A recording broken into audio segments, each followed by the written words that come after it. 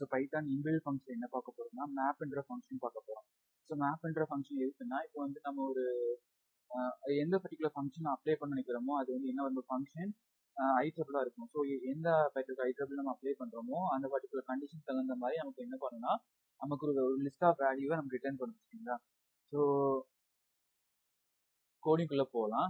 So first என்ன பண்ணேன், டெஃப்னு ஒரு ஃபங்க்ஷன் கிரியேட் பண்ணுறேன். அந்த ஃபங்க்ஷன் நேம் வந்து ஆட். உள்ளே என்ன பண்ணேன், ஆர்குமெண்ட் எந்த ஆர்குமெண்ட் பாஸ் பண்ணுறேன், இன்விடேஷன் கிரியேட் பண்ணிட்டேன்.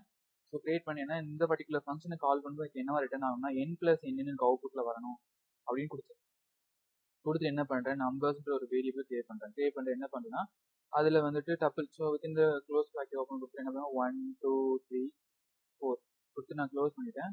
ஸோ க்ளோஸ் பண்ணதுக்கப்புறம் என்ன பண்ணுறேன்னா ஸோ ஒரு வேரியபிள் ரிசல்ட்ன்ற ஒரு வேரியபிள் கிரியேட் பண்ணுறேன்.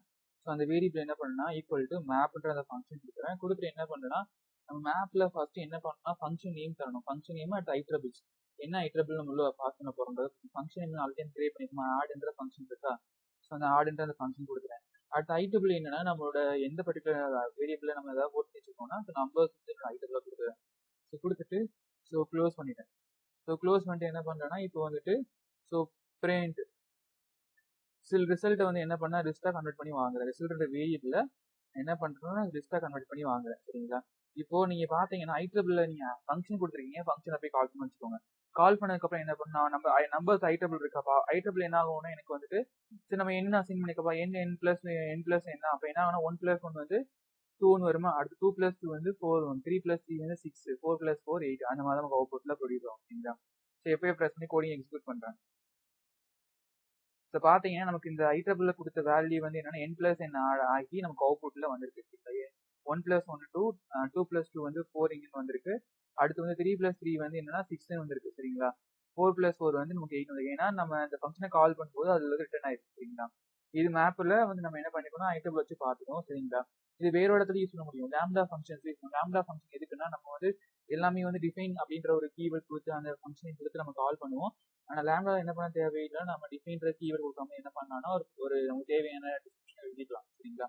இப்போ என்ன பண்ண திருப்பி நம்பர்ஸ்னு ஒரு வேரியபிள் கிரியேட் பண்ணுறேன். ஸோ கிரியேட் பண்ணிட்டு என்ன பண்ணலாம், அதில் வந்து 1, 2, 3, 4ன்றதை நான் பாஸ் பண்ணிட்டேன். ஸோ டப்பிள் நம்பர்ஸ் டப்பிள் என்ன ரிசல்ட்னு ஒரு வேரியபிள் கிரியேட் பண்ணுறேன். ஸோ கிரியேட் பண்ணிட்டு என்ன பண்ணுறேன்னா இதில் வந்து மேப் அந்த ஃபங்க்ஷன் கொடுக்குறேன். கொடுத்துட்டு என்ன பண்ணுறேன், லேம்டா ஃபங்க்ஷன் கொடுக்குறேன். ஸோ லேம்டாக்கு வந்து என்னன்னா கீவேர்டு வந்து லேம்டா.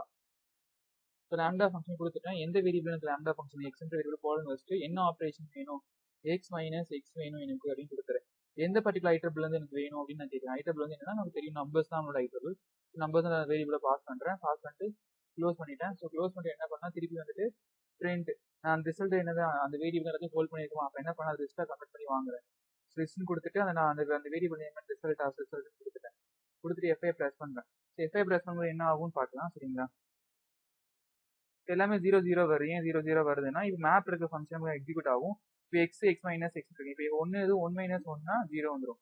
அது மாதிரி ஸோ 2 - 2 வந்து நமக்கு 0 வந்துடும். 3 - 3யும் 0. ஏன்னா இங்கே நம்ம அந்த ஆப்ரேஷன் தான் கொடுத்துருக்கோம். 4 - 4 0 தான் வரும்.